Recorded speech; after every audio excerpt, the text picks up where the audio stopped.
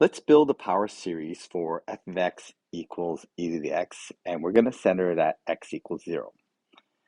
Now, I've chosen this function because this is going to be one of the easiest examples we can do. And the reason is, to build a power series, we need to calculate our an values, and we need to have just our x powers. Well, when x to the power 0 is just going to be x to the power n, and then for the an, we need some derivatives. Well, it's really easy because the derivatives of e to the x are just going to be e to the x. So our original function, e to the x, our first derivative is e to the x, our second derivative is e to the x, our third derivative, and these are just going to be, for every derivative, it's really easy, it just becomes e to the x.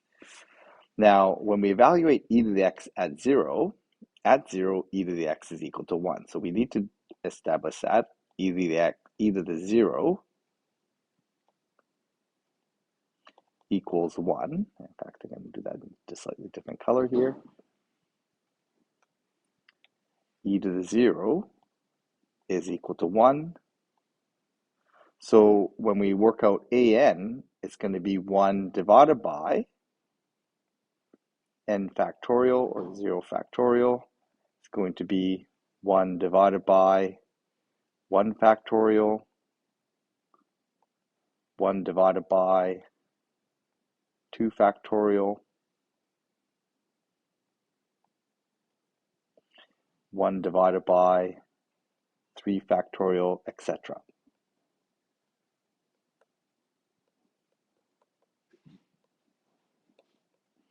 So this generates all our an terms.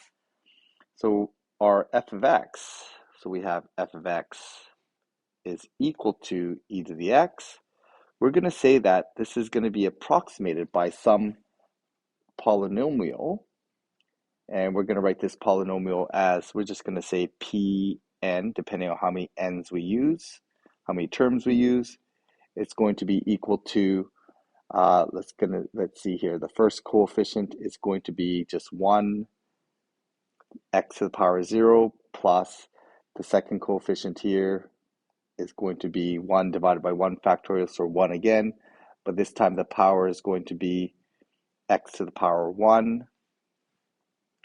plus, and maybe I'll do this in blue, now that we're getting this, becomes 1 over 2 for the n equals 2, and then this just becomes x to the power 2 plus 1 over 3 factorial becomes 1 over 6 times x to the power of 3 and plus, and we can go infinitely for any number of n's. So this is going to be our power series formula. Let's move it over here a little bit. And this power series formula that will be similar to f of x is going to look like this, and we can add on as many terms as I want, and as long as I'm close to 0, we'll be able to, we can say it's pretty close. And if we need even better approximation, we can just add more terms. And the nice thing about this is we have an infinite number of terms that we could possibly use. So how good is this? Well, let's calculate using the first 3 partial sums. Okay, so we're going to use the first 3 partial sums here, these ones here, and I'm just going to plug in f of 0.2. So we're going to plug that into, we're going to just say that f of 0.2, which is e to the 0.2, we're going to say that's approximately equal to our p function, and we're just going to use p2 of x, sorry, p2 of 0.2, and that p2 is going to be this expansion 1 plus 0.2 plus 0.2 squared over 2. Okay, now I do have more, but I'm going to stop at I want the three partial sums, so I'm going to go from 0 to 2 to get my three partial sums. And when I calculate this value, I end up with a value of 1.22. Okay, and if I compare this to the actual value of e to the 0.2, e to the 0.2 is 1.22140 dot dot dot dot dot dot. So it's pretty close. These are pretty close. And if we take a look at what's happening here, if I take a look at what's happening near 0, the yellow graph is just going to be the first two terms of that polynomial expansion. And it's just a linear function. That's our linear approximation. And if we take the next term, we're going to end up with our quadratic approximation. That is this is the one that we're using. If you take a look at near 0, it's pretty close. In fact, our calculations really justify that because it is different by 0.140, etc. That's the difference between the actual value and the value that we estimated. And the p is that this is our p here. This is our p2 function. Using the quadratic, we can see that it's just below the actual e to the x function, which is in green. And I've drawn in here some other ones because we can see that as we go from the quadratic to the cubic, we get an even better approximation. And if I use another term, if I use P4 in this case, I'm going to end up with even better term. Okay, so you can see that I have going from my cubic, which is in red, to my fourth degree polynomial, which is in yellow. That fourth degree is really indecipherable from that e to the x function. Okay, it really is hard to tell the difference between that green line, which is e to the x, and the yellow line, which is our fourth degree polynomial function our polynomial series.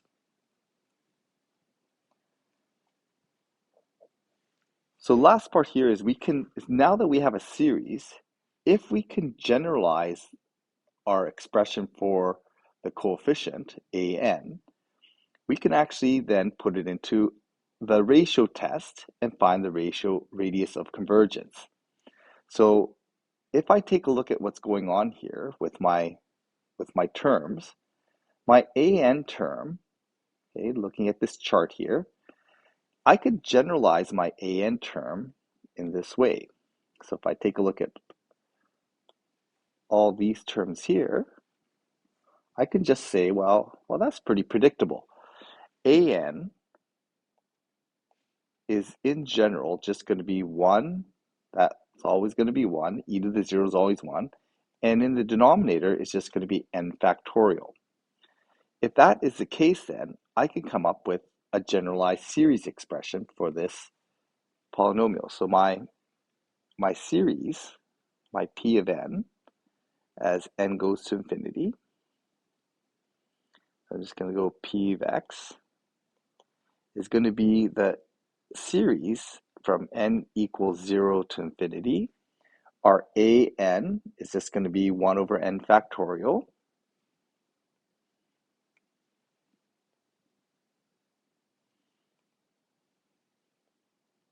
That represents my denominator. And then I need the power part of it, which is, I'll just do that in blue, it's just going to be x to the power of n.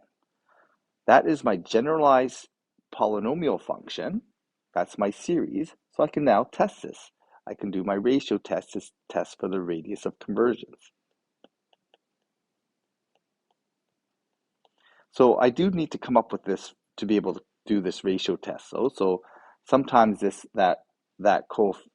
generalization can be a little bit tricky.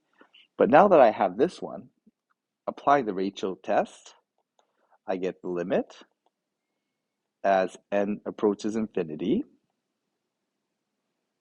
I'm going to have x to the n plus 1 over n plus 1 factorial over x to the n over n factorial.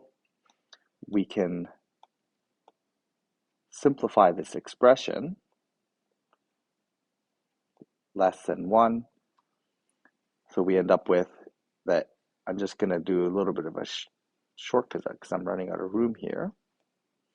I'm going to end up with x to the power 1, and in the denominator, because the n factorials are going to cancel out, I'm just going to be left with 1 n plus 1 expression. So this needs to be less than 1 as n approaches infinity. Well, we're going to end up with x over infinity is going to be less than 1. That means our radius of convergence, it will converge for all values of x. Okay, so our radius